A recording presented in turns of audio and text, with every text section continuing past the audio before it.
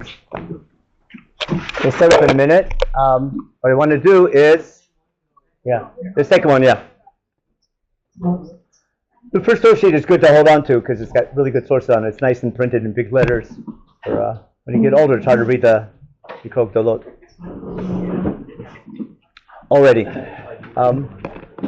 So this week's parsha we have Arei Miklat. I want to use Arei Miklat as a cities of refuge as a way to appreciate how Chumash works and why it's so confusing.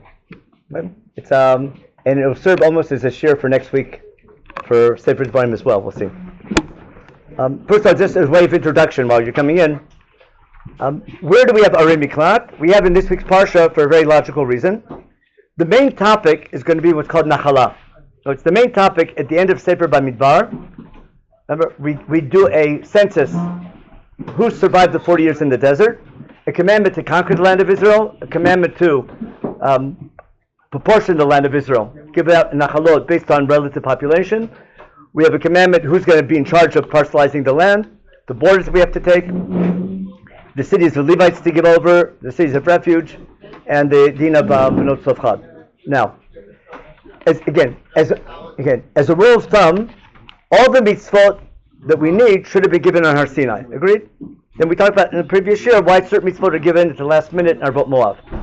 Now, in general in Sefer Bamidbar, we have mitzvot, what's called mitzvot l'dorot in Sefer Bamidbar, that don't belong in Bamidbar. We talked about that many times. Nazir, Sota, Paraduma, the laws of the Korbanot and Pinchas. What Sefer Bamidbar does over and over again, it takes laws that don't belong in Sefer Bamidbar, it inserts them in the middle of the narrative because of some tangential connection. Remember? For the whole generation dies between in the middle of Sefer Bamidbar, and what laws do we have there? What's called Paraduma, or laws of how do we cleanse ourselves from Tumat Met. Remember we talked about, you can always come up with some reason. There's no one specific reason, but the rabbis like to ask, Lama Nismacha, why is Miriam's death next to Paraduma? To teach you Mitat Tzadikim Mechaper kind of idea. Why is Parshat Tzitzit after the Maglim V'lo Toturu? Or before Korach because of Kalish Shutol Lechelet. What Chumash is doing, I call it, is begging Parshanut. What I want to do today is try to understand why are the laws of Arei Miklat, not only why they're here, where are they? And why are they scattered? Now, and how many Arei Miklat are there supposed to be? Anyone remembers how many Arei Miklat we're supposed to have altogether? 3, 6, or 9? Yes. Okay. 48. Okay. I'll try to explain the reason for all that. So it goes like this. Anyone know where if you didn't look at the source sheet, I hope you didn't look yet. Anyone know where the first time we have the concept of Arei Miklat in Chumash? What? And Parshat Mishpatim, we'll see in a minute. And then we'll see what's the next source. So from what you remember, the Arei Miklat, a city of refuge, who is it there to protect? Give me 3 possibilities. Who are we protecting? The killer who accidentally committed murder. And we're protecting him from who? From the Gol Adam. Okay. What's the other possibility? We're protecting society from what? We'll see in a minute. From something. Either from the murder or from a family feud, which can get out of hand, as we know from thing. Not just since, Montagues and Capulets, but even nowadays. You start a feud, it doesn't stop. Or are we protecting the Gol Adam from committing murder? You understand the problem? The Gol Adam is wool. He's like, he's hot, right? Now, if it was an accident, he might end up committing murder he shouldn't be committing. But he might commit murder because if the guy's innocent, he's going to commit murder. And then his family member is going to catch him. So the question is Arei Miklat only is coming to save the person who committed the murder? Is it coming to protect the Gol Adam from committing murder? Or protecting society from a bunch of hotheads? Okay, now, how do you say intentional murder in Hebrew? Mazid, okay? How do you say, what's the opposite of mazid? Shogeg. Translate for me to English shogeg. I hear 2 answers, but you know what I was going to hear. Someone said accidentally, on purpose, accidentally on purpose. Okay? Someone said unintentional. Yeah. Or negligence is another possibility. There's intentional murder, right?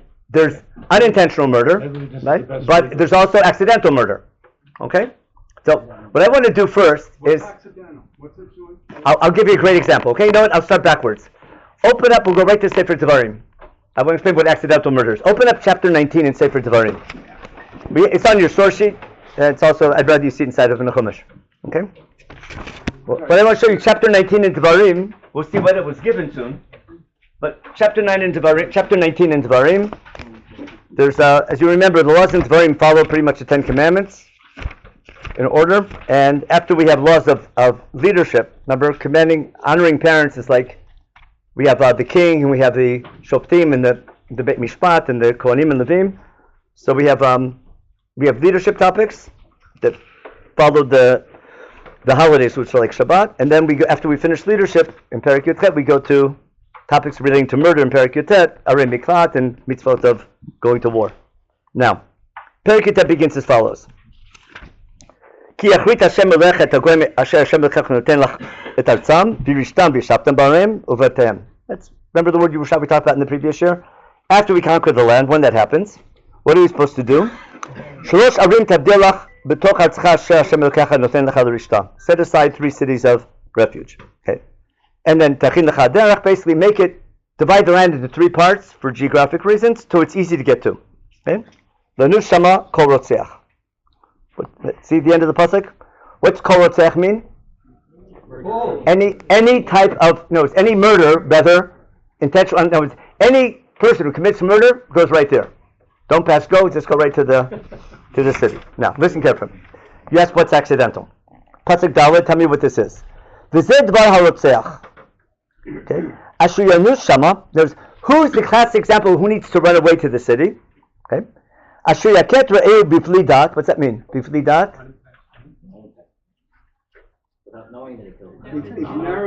Okay, keep that in mind, bifli dat. We'll see. Keep that in a minute.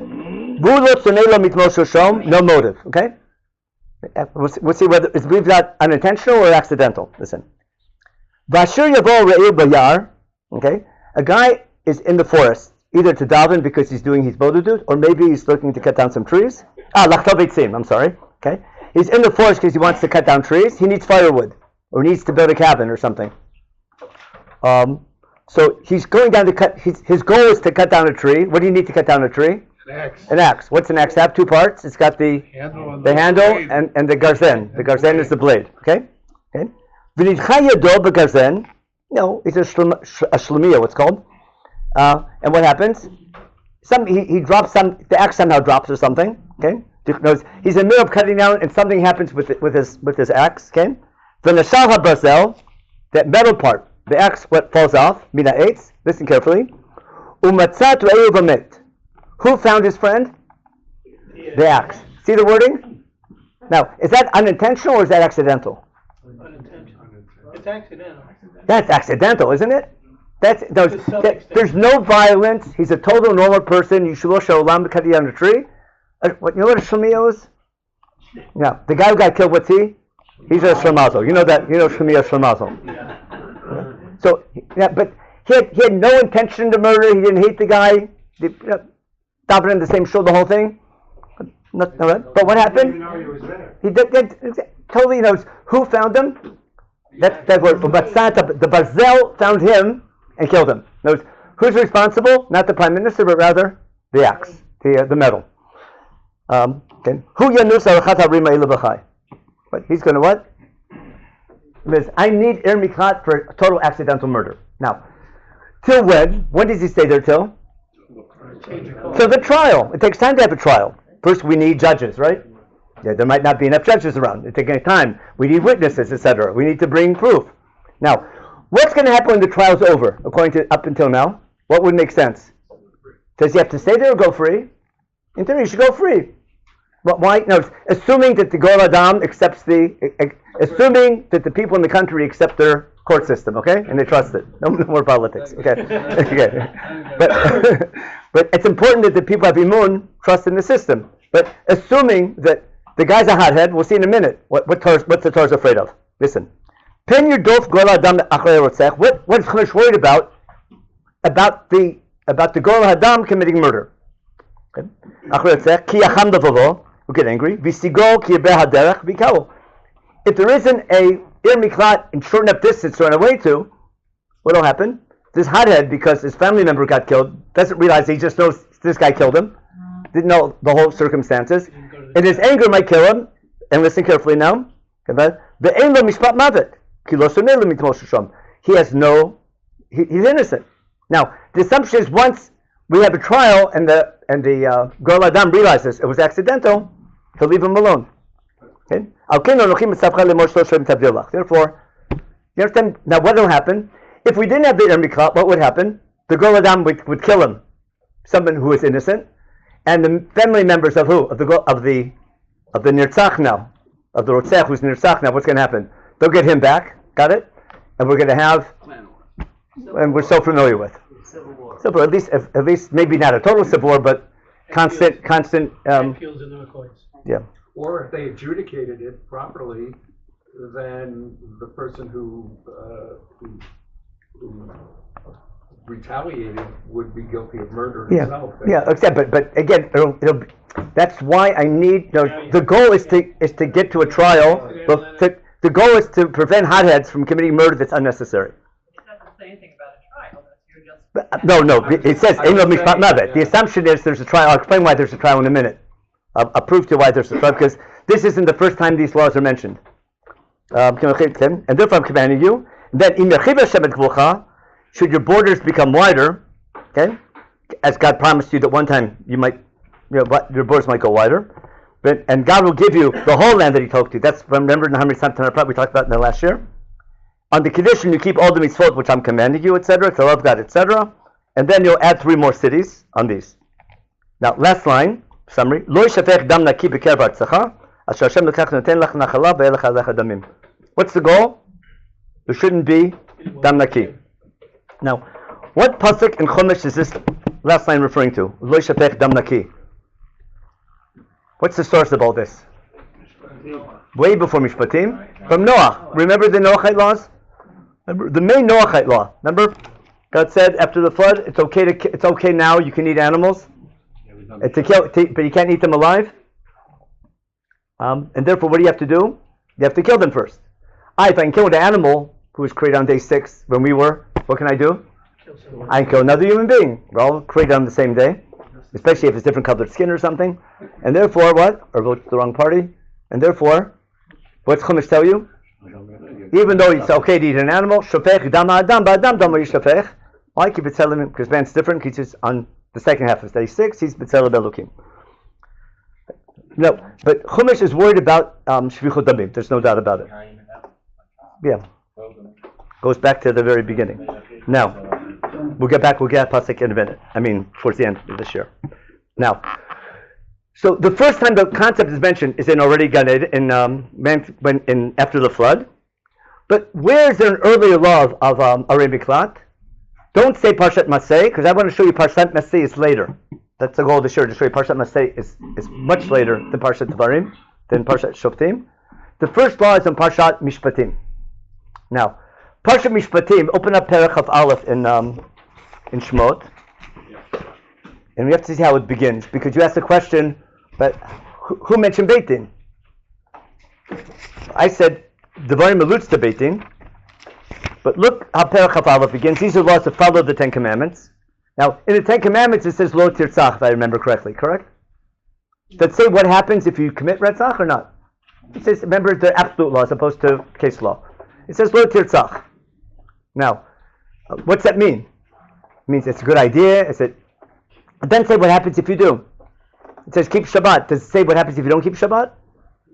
We don't get that till later, till Parshat Kitisa. It says keep Shabbat, doesn't say Mechalel Mot Yumat. It says keep Shabbat, and gives a reason why.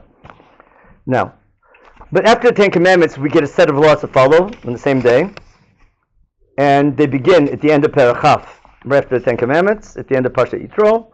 But the main laws begin in Pasuk Chaf Aleph. See that in Perek Chaf Aleph. Ve'ela mishpatim asher tasim lifnehem. Who's lifnehem?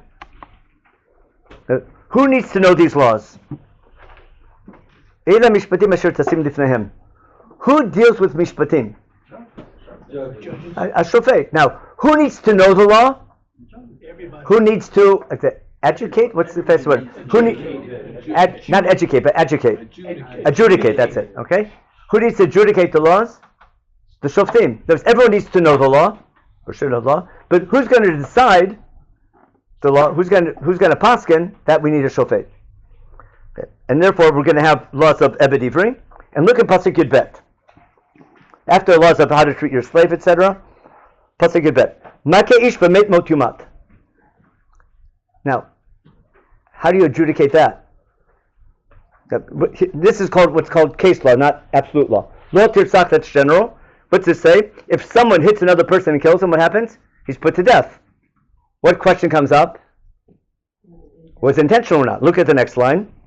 Bashir lo tzada. What's that mean? In other words, it wasn't intentional. It wasn't planned. Oh, look at the next line. V'ha'eluim min al yado. Who's to blame? God. Isn't that great? Okay. Not my fault.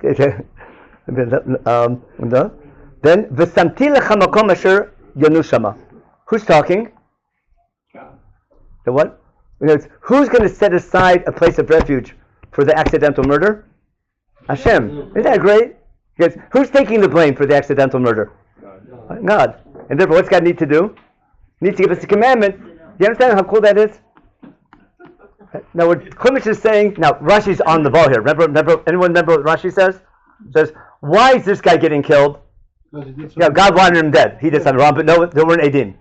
Why did this guy unintentionally commit the murder? He did a little thing. He missed.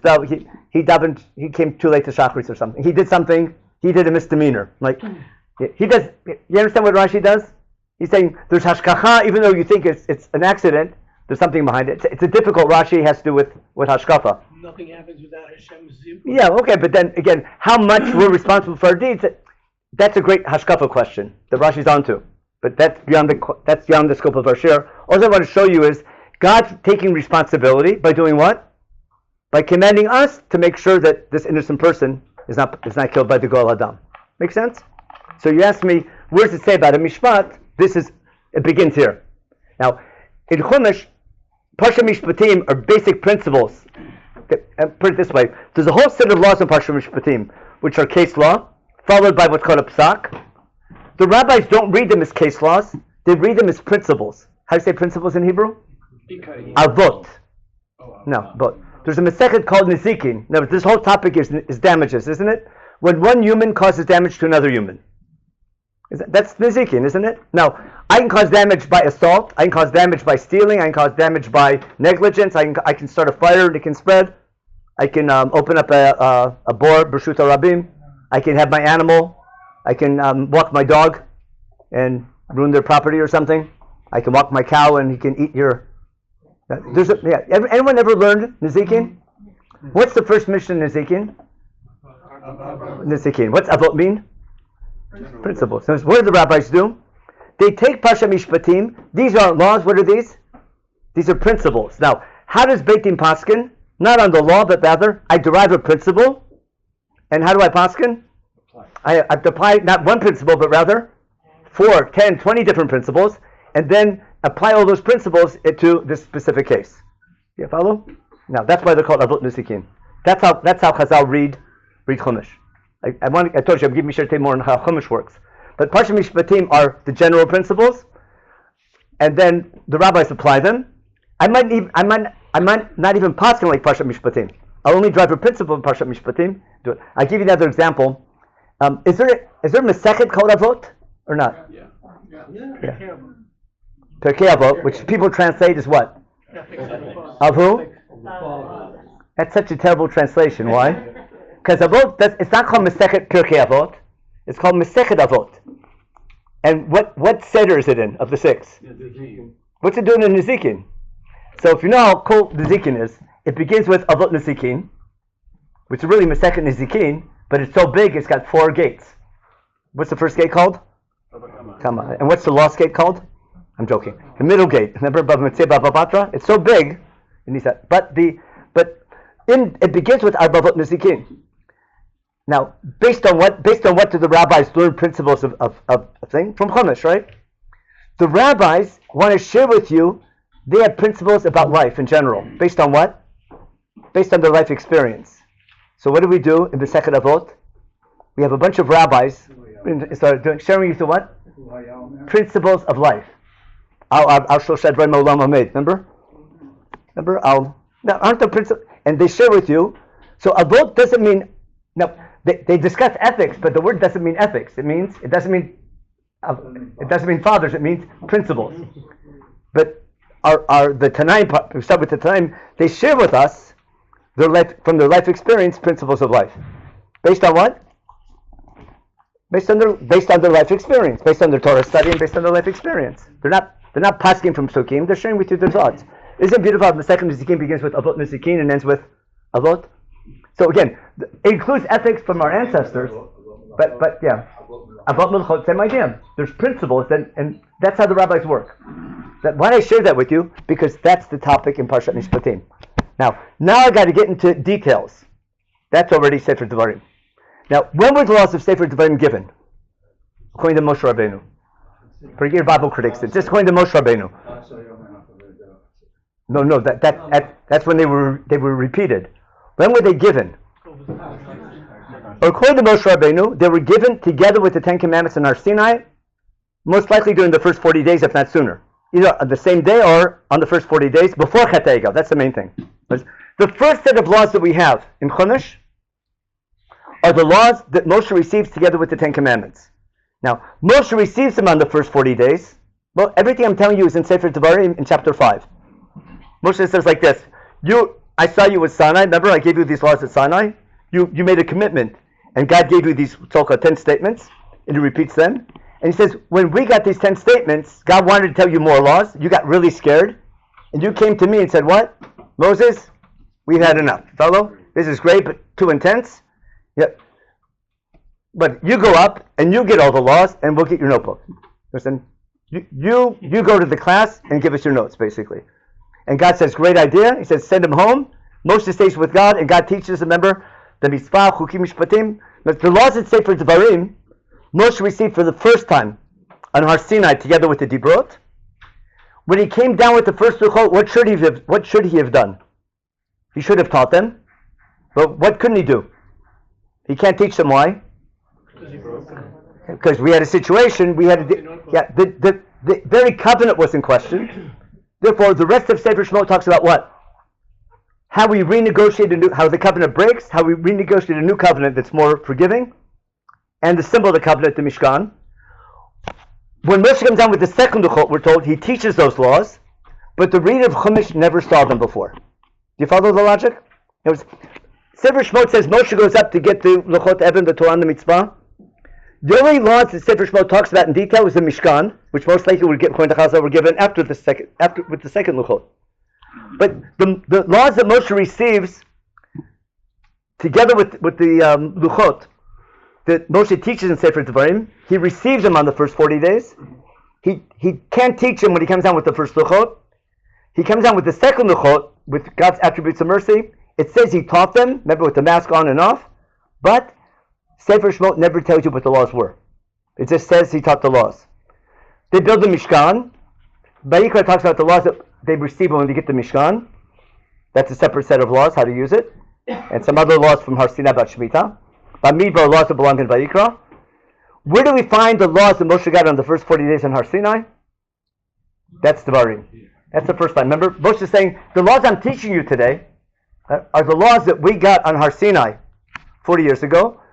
I taught them to you many times. Remember, these laws require Shinun, V'shinatam Levanecha. But these laws are the most basic laws of Chumash. How to become a nation representing God. The laws for national behavior, the main book of Chumash. The reader of Chumash never saw them yet. The people of Israel heard them over and over again, because when did Moshe teach these laws? Not just in Bamidbar, in the Rabbi, Mosuf, remember? On the 11-day journey from Mount Sinai to Kadesh Barnea, where we sent the spies. These are the laws that Am Yisrael needs to keep as they're about to conquer the land and set up a nation.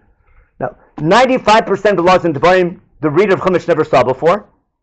95% of the laws that preceded that in Chumash are not in Sefer Devarim, understand? Devarim is a set of laws that, again, the reader of Chumash never saw, the people of Israel heard over and over again. It's called Mishneh Torah. I'll explain what confuses people, in case you never heard this before. Mishneh Torah doesn't mean a review of the first 4 books. Mishnah Torah means a set of laws that needs constant repetition. That's what the words mean, and that's what Moshe says explicitly in chapter 5. And it's easy to prove. Just read Sefer Devarim, and you'll find that 95% of its laws we didn't have before. And 95% of laws that were before in Chumash aren't here. But rather, it's a set of laws that deal with the basics of our connection to God. Remember the Shema, Shemoah, loving God, fearing God, not serving other gods. Now, as Moshe teaches laws, he throws in tons of musar. He adds new rebuke, but the laws are 40 years old. You know, just like the American Constitution, happy 250, right? You don't mess with it. You follow? It's pristine. You don't change it. If you want to make a change, what do you have to do? Add an amendment. And therefore, the laws of Devarim stay as they are. You follow? And Moshe is going to repeat them as they were given.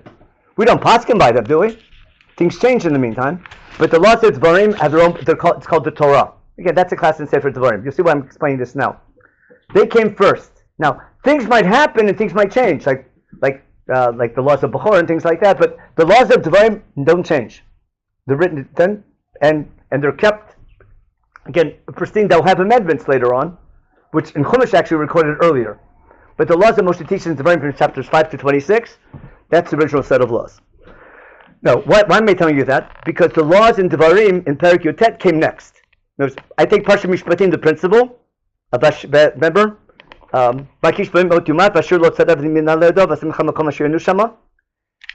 are two psukim. What Sefer Devarim takes that and does what? Expands it to more. Got it?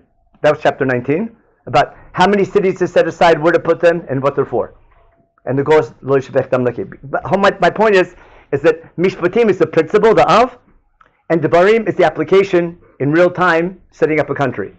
So once you settle the country and set things up, set aside 3 cities for to prevent murder. Now, what? It says first 3. Yeah. If your borders widen, add another 3. If your borders widen. Now, it just so happened that we sinned again. We built the Mishkan, things were better, and we sinned again in the desert. We got stuck in the desert for 40 years.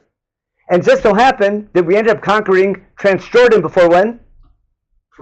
No, we got Abraham Yarden before Eretz Canaan. That was the first year. Remember? So the original plan of conquering land in Sefer Devarim was first to take Eretz Canaan and then expand. What happened instead? We took Transjordan first, and only later we took Eretz Canaan. Remember Reuven and Gad? That's the whole issue later on. Yeah, and therefore, is Devarim talking about the 3 cities which in the meantime we've taken already? You follow? Or is it talking about? That's what I'm saying. I have to read Devarim first and then Parshat Maseh. Hope you followed that. Okay, now we're going to read now the Arei Miklat in Parshat Maseh and see what changes. Yeah. We're going to get to that, exactly. As Yavdil Moshe, but why is it Lahavdil? Why is it called Lahavdil? No, were they official yet or not? We'll have to talk about that soon. Now, take a look in Bamidbar chapter 35. Rather, it's better in your Chumash. If not, it's on the source sheet, the main part, but look at the source sheet. Look at in your Chumash, it's much better. Now we finally got to Parshat Shavua. How are we doing? Oh, we're out of time. Devarim Perek Lamed. Okay. What's the context? We're getting the new generation ready. We gave out what? Who's going to give out the land? How you parcelize the land? Getting rid of idol worship, setting up cities of Levites, dividing them properly, and where the cities of Levites are going to be, and then setting aside Arei Miklat. Now that I mentioned Arei Miklat, let's get into the details of the laws. It says as follows. Perek Lamed Hey Pasuk Tet. Have it? V'daber Hashem Moshe Lemor Daber b'nei Yisrael v'amar lehem ki atem ovrim et Yarden la'artz Canaan v'kritem lechem arim Arei Miklat tihen lechem b'nasham harotzeach makeh nefesh b'shgaga. For the first time we have what word? We didn't have the word shgaga in Devarim, did we? What shgaga mean?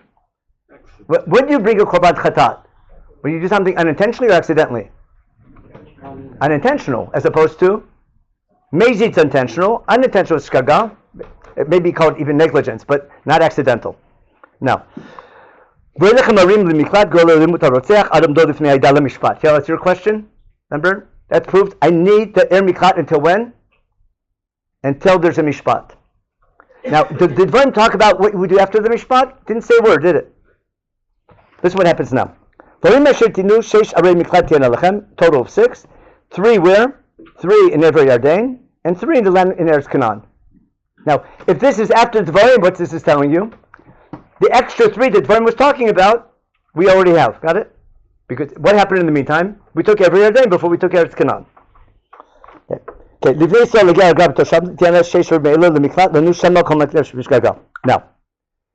we're going to get into details. Listen to the details in Pasuk Tetzayin.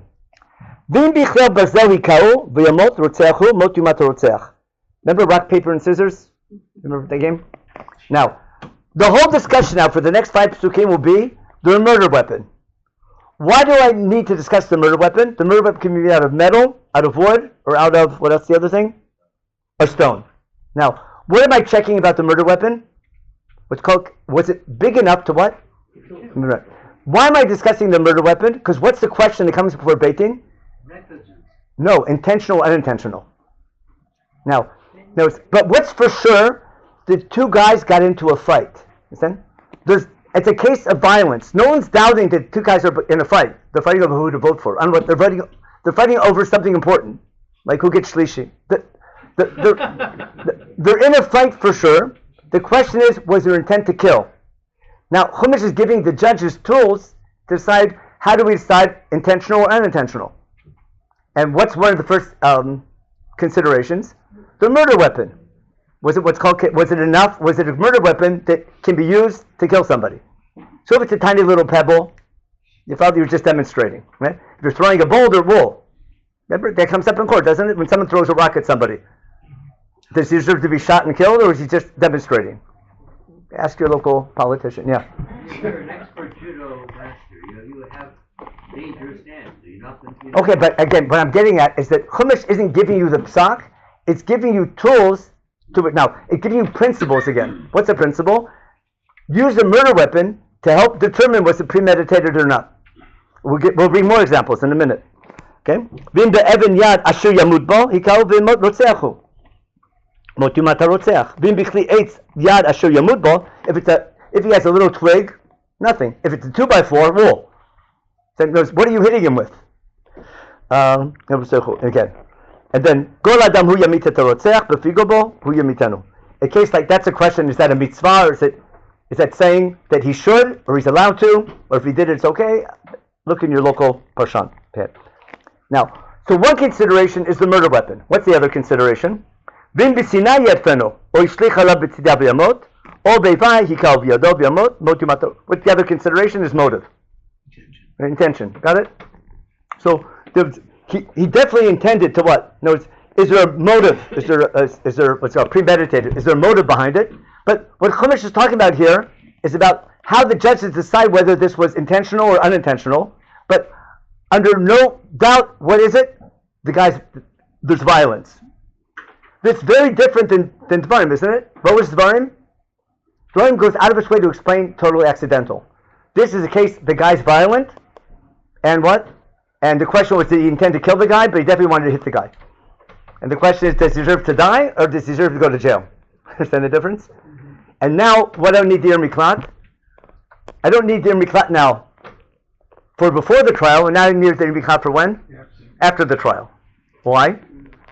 Because this guy's dangerous for society. He might need some rehab. Understand? Or he might need kapara, as we'll see in a minute. You understand? Is the Miklat punitive? Yeah, I hope my point's clear. Is that, do I need the Miklat for before the trial, after the trial? In Devarim, I need it's beyond a shadow of a doubt. In Devarim, I need the Miklat for before the trial. Here, the Miklat's going to come up after the trial. We'll see in a minute. Now, what happens? Here, Pasuk Chadalid. Remember your question. V'shavtu eida ben makel uben gor adam ala mishpatim eila. So, based on these principles that we just had, these mishpatim, what happens? The Beit has to make their decision, and based on their decision, we'll decide. V'tzur eida torotzeach miad gor adam v'shivo oto eida el ir miklato ad nas shama asher nas shama v'yashaba ad mot hakohen gadol asher mashach oto b'shem hakodesh. Okay, but here the function of the Miklat is where we go. Whether he stays there afterwards. For sure he goes there beforehand. Does he stay there as his punishment, or do we put him to death? But he's in jail no matter what. Now it's a rehab jail, because hopefully the Miklat also Arei Levim, and he'll have a good hashbah. I worked a lot of times in a prison. Yeah, and you yeah, and with prison with other prisoners doesn't help too much. It depends who else is with them there. Yeah, but get a minion there, or get it. If you get enough rabbis there to help work with them, you can rehab people. Some people volunteer to commit crimes so they can be to jail to be. Understand? Some people like embezzle money, religious people, so they can go to jail and have good hashpah on the. They don't want to do it; they're just doing it the same shamayim. Okay. I love that. Okay. Okay. Now, what happens if he leaves? And then the girl gets.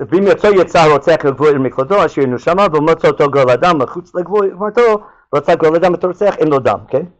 Notice, basically, he's protected in the miklat. If he leaves, that's his responsibility. Now, is he allowed to leave and take the risk? Ask your local rabbi. Torah still uses the term rotzech. Yeah, rotzech is anyone who commits a murder, whether it's intentional or unintentional. We had that in Devarim. In Devarim, it's called rotzech.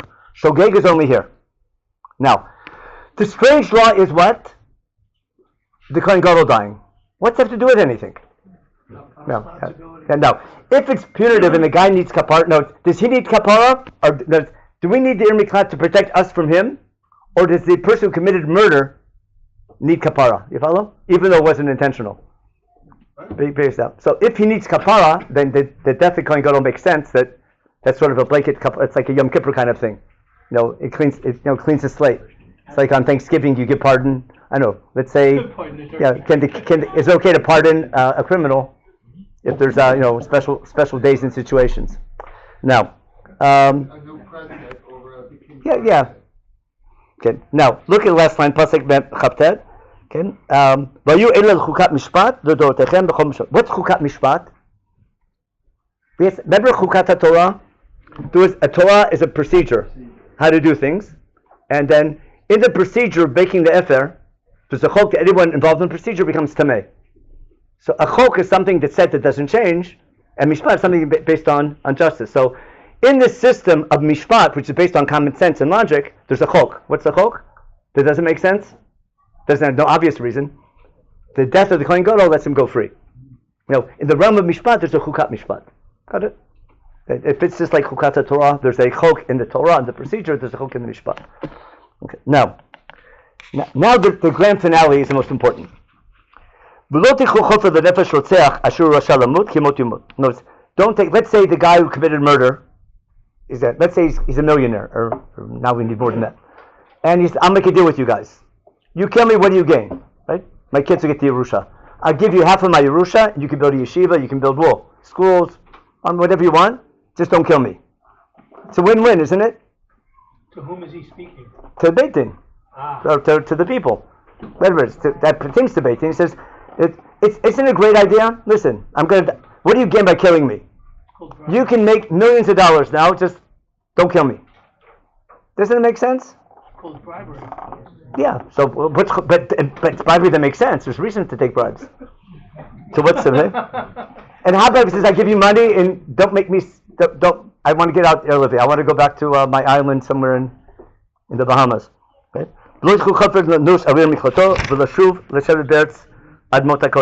Don't take bribe money for what? To get out of their miklat. Instead, why? Listen carefully now. The last line is big. It's now on the source sheet. It's big in big letters. Don't defile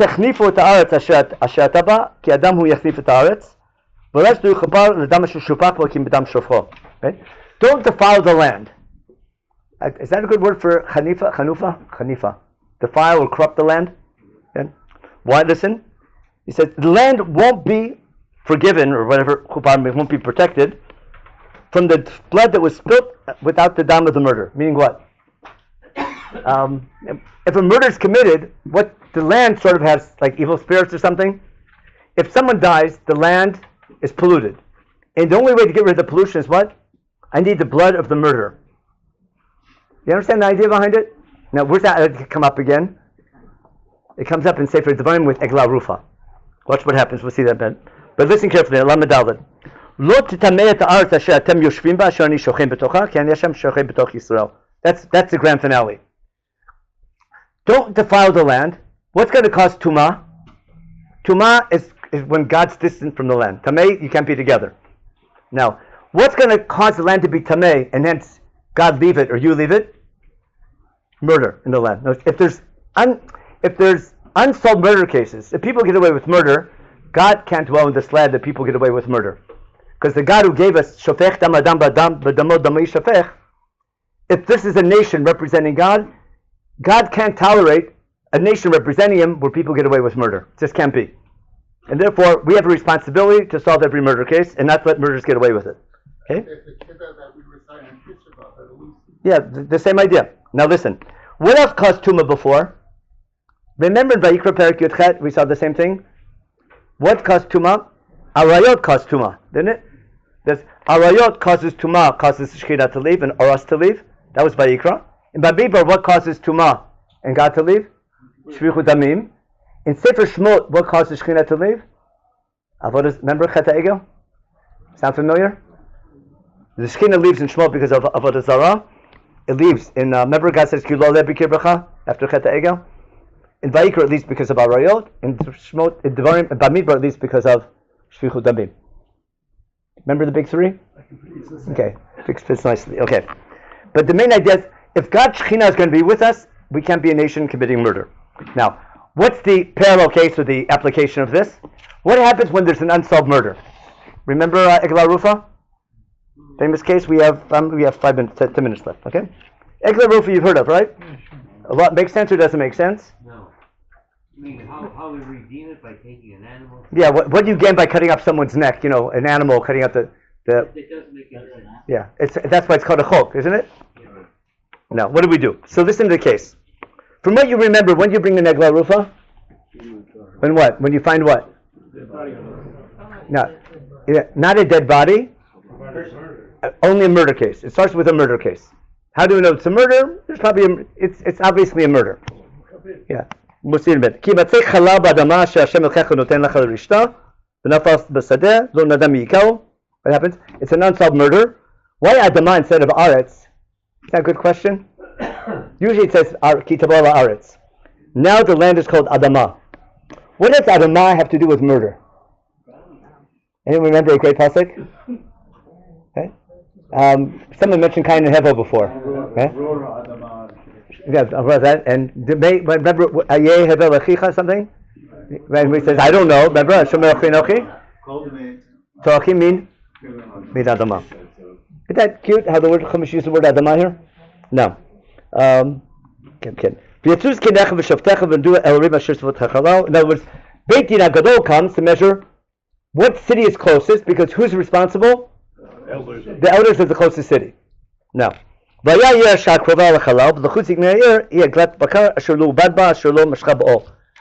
elders of the closest community, are they responsible? Yeah. Yeah, that's the beauty of the story. Of course, they didn't commit the murder, but they have to take responsibility or blame it on somebody else. Probably the court's fault. No. But the elders of the community have to take responsibility. And what do? They take up all animals in Eglah from the local kollel. I didn't say that. But they took a Eglah means a cow that was never yoked, when it never worked a day in its life. Okay? And never took any responsibility. Okay. I have to stop that. Okay. But readers ear at the Eglah. By the way, what's the idea behind it? Something going to like. There's so much potential in this Eglah. Now, Eglah right now is nothing, but it's going to grow up and be able to plow a field or give milk or do something, and just waste it. They think there's a lot of significance behind it. And we bring it to a Nechal Eitan, which is is it harshly, because there's no water or a lot of water, big machloket parshanim, but basically, Asher lo yavid bo v'lo yisarea. Is that what's going to happen afterwards or beforehand? If you know the land of Israel, it's very hard to find. There's plenty of nachalim that are dry and you can't plant in them. There's very few that are full of water all day long that you won't be able to plant later on, but that's again among the Parshanim. Instead of killing it with shchita, what do? We're oreif in that cow. Now, do we have the word arifa everywhere beforehand? An egel and arifa? We're an ankshe oref. We caused the shechina to leave, didn't it? And we had chet egel. Is that just by chance or intentional? You can argue. No. Also, Joseph studied with Yaakov.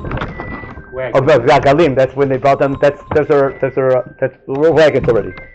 Now listen carefully. V'dikshu hakonim b'nei Levi. Who has to come to the ceremony?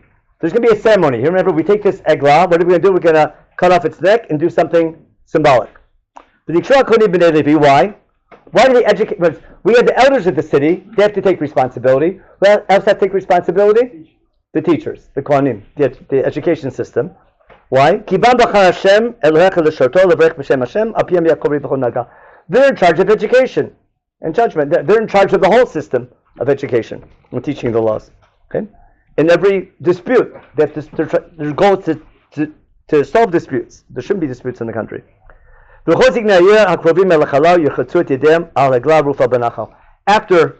cutting off the neck of the animal that's bleeding now, they wash the tilatim on what?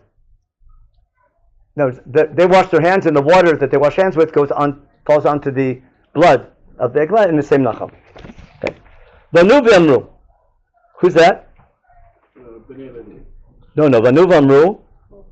Or there's kenim first. Remember the kenim. Vanu v'amru. Yadenu lo shafchu et adam hazeh v'nenu lo ra'u. What are they saying? It's not our fault. Whose fault is it? No more political jokes. Now, what are they saying? If they say we didn't do it, what's that really mean? Right? We're not, as they say nowadays, I'm not guilty, but I'm responsible, but not guilty. Something like that. And it says we didn't do this. We didn't do it, but the fact they have to say we didn't do it, what's that imply? There's some responsibility behind it. It's important that they have to be involved. Okay, but they're talking. Who are they talking to?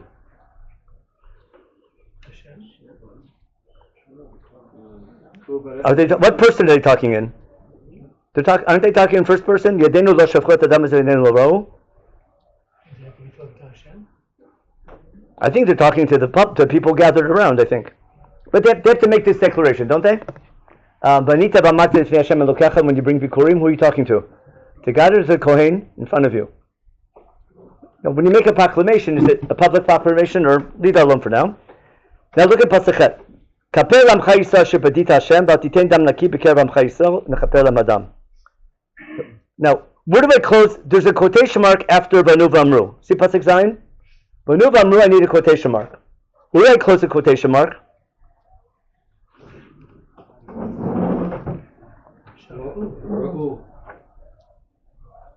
Do I close the quotation mark at the end of pasuk zayin, or the end of pasuk chet? No, not the end of pasuk. Why? V'nechaper lamadam. Who's talking there? V'nechaper lamadam. That's Chumash talking, isn't it? But I need a quotation mark after Amcha Yisrael, don't I? But who's talking now in Kaper Amcha Yisrael Shepadita Hashem Batiten Dam Naki B'Kerev Amcha Yisrael? Who's talking to who here? No, who are we talking to? We're turning out to God. Who's turning to God? So, pasuk zayin is a confession of sinner, as a confession, isn't it? Saying we didn't do it. Pasuk chet is a prayer, isn't it? To do what?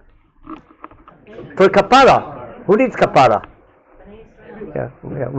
Because we need protection from the Shekhinah. Because what's God going to do? He's going to punish us. He's going to take away Shekhinah, and we'll be unprotected. Therefore, Am Yisrael needs kapara because of this murder. Remember we saw line what did we just read beforehand? What's it say? Back in Bamidbar, etc. The land needs kapara. If there's a murder committed, the land needs kapara.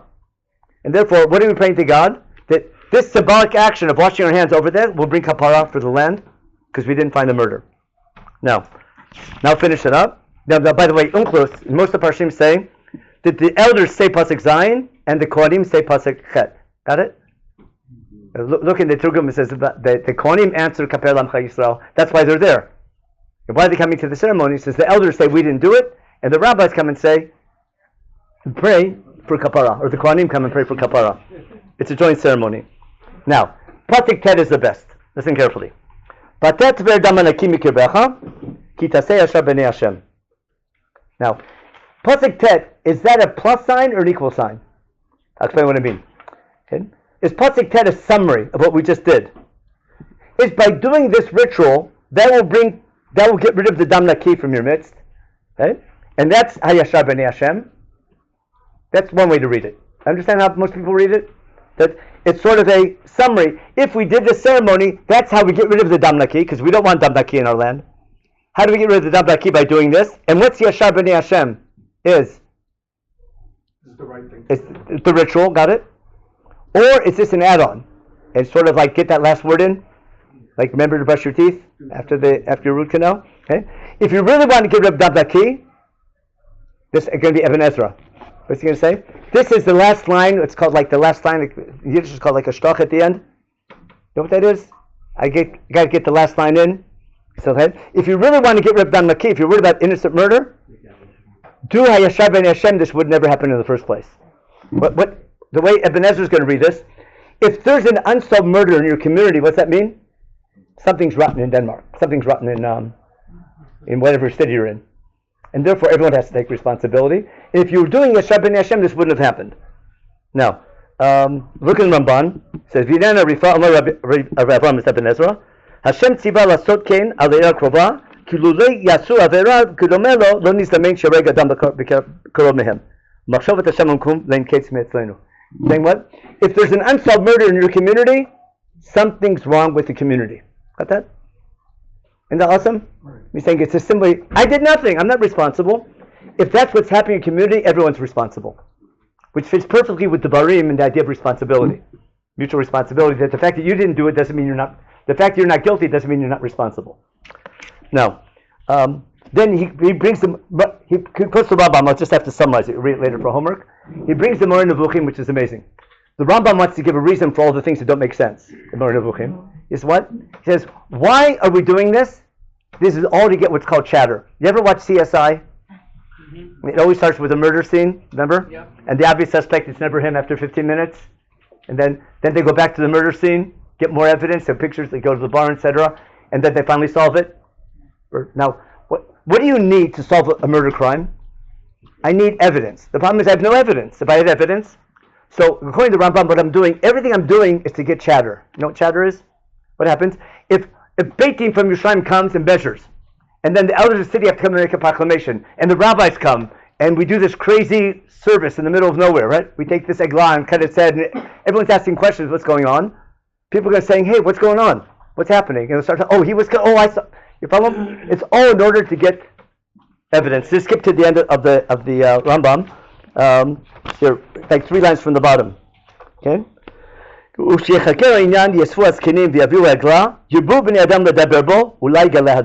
it? That's called chatter. Okay? He says basically, there's logic to the ceremony, it's all shtick. And the idea, it's all a big shtick to what? To get people to come and talk. It's awesome, isn't it? It's a great insight of the Rambam. Of course, Ramban is into ritual, so what's he say? He says it's part of the things that don't have no reason and don't look for reasons when you don't have to. But that's a big machloket Ramban on Tamei Mitzvot. Now, I want to end with the awesome Ramban. This idea of a Yashar B'nai Hashem is not one line in Devarim. It's a big theme in Devarim. In the beginning of Devarim, when he starts all the laws, there's I didn't put it on the source sheet, but 1 second. Okay, yeah. Okay. Yeah. I had the Machloket Rashi Ibn Ezra. Rashi says it's even though you did this, you still have to solve the case. And the case isn't closed. Keep on looking for the murder, and looking for the murder. That's Yashar B'nai Hashem. That fits the Rambam's approach as well. But basically, in chapter 6 in Devarim, it says keep all of God's mitzvot and do Yashar B'nai Hashem. So take a look at the pasuk. We have 1 minute to go over time. Perek Vav in Devarim. Pasuk something. Pasuk Yud Zayin. It's right after the Shema. Devarim Perek Vav.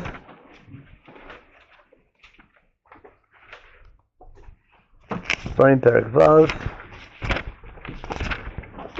So what happened? Perek Vav in Devarim. Pasuk Yud Zayin. Shmot tishmor mitzvot Hashem Elokechem v'yitotav chukav asher tzivach. V'asita Yashar Pato B'nai Hashem l'man yitav lacha b'ata b'yashat haaretz. You want to dwell in the land and have Yerushalayim be there? You better do Yashar B'nai Hashem. Now, what's Yashar B'nai Hashem in this pasuk? is pasuk Yud Zayin equal to pasuk Yud Chet, or is pasuk Yud Chet a plus sign? Understand? Is do what it says. Keep all of God's mitzvot in pasuk Yud Zayin. His edot chukim, everything He commanded you, and that equals Hayashar b'nei Hashem. Or in addition to keeping His mitzvot, you have to do Hayashar b'nei Hashem. You understand the two ways to read it? It's Hayashar b'nei Hashem equal to keeping the mitzvot, or in addition to keeping the mitzvot. So there's a fundamental Ramban in this pasuk, which relates to what we just did. Okay? But Kavana b'zeh in source F. Hakavana b'zeh ki mitchila amar shetishmor chukav ve'edotav asher tzivach, v'ata yomer gam b'asher lo tzivach tein datcha lasot hatov yashar beinav. Ki hu ohev hatov yashar v'zeh inyan gadol. He says as follows. He says the main goal, according to Ramban, with all his into ritual stuff, he says something fantastic. He says the main goal of all the mitzvot is I keep the mitzvot, but they become principles till I live my life. And in any situation in my life, I have to ask myself what question? What would God want me to do in this situation? What he's saying is the main goal of all the mitzvot is to do Hayashar b'nei Hashem.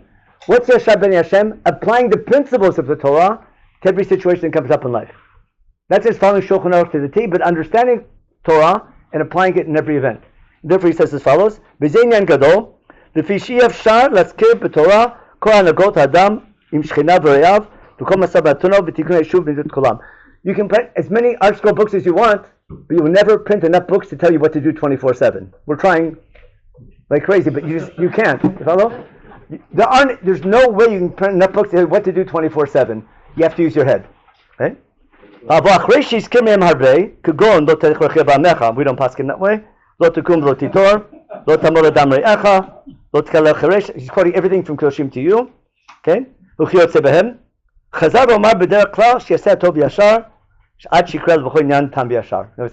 the goal of Judaism?